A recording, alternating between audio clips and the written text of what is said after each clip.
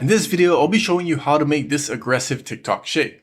So this one is a quick one and quite easy to do. Jumping into Kdenlive over here, the first thing to note is that I'm working inside of a 24 frames per second project. This will allow each frame to have a bit more of a punch. So first off, down in the timeline here, I'm going to cut out 15 frames from this clip over here. So I'll move forward 15 frames, so right here, and then I'll make a cut. So with this first part selected here, I'm going to add two transform effects, so a first transform and a second transform. Let's collapse the first one. On the second transform, on the first keyframe, I'll set this to 150. You can go for 140, whichever works best for the clip that you're working with. I'll move the playhead so we can see what we're actually working with. And I'll set the first keyframe to smooth. Then I'll jump to the last keyframe or frame and add a keyframe. And now I'll scale it back down to 100%. So now we should have a nice smooth zoom out from this clip. Go ahead and start the timeline preview and set it to automatic. So we have this little smooth zoom out now. So we can collapse the second transform and jump into the first transform. I'll set the first keyframe to cubic out. And then I'll zoom out on the monitor here, just so that we can see the outlines of our frame. And because we're zoomed out with the second transform, we now have a bit of room to move this clip around. So I'll start by pushing it down to the right. Take into consideration the footage that you're working with. So in this clip, the subject is very much pushed to the right, so she's not centered. And this is going to dictate a little bit the motion of the shake that I'm going to apply. So I'll push this down to the right as such, and then I'll move forward 2 frames and I'll add a keyframe. Now I'll set it to cubic out as well.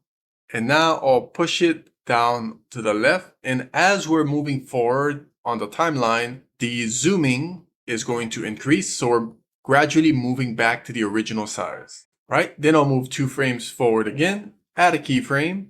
I'll switch it to cubic out again. You could go for smooth and simply go inside of the hamburger menu and change the default interpolation to smooth and see if that works for you.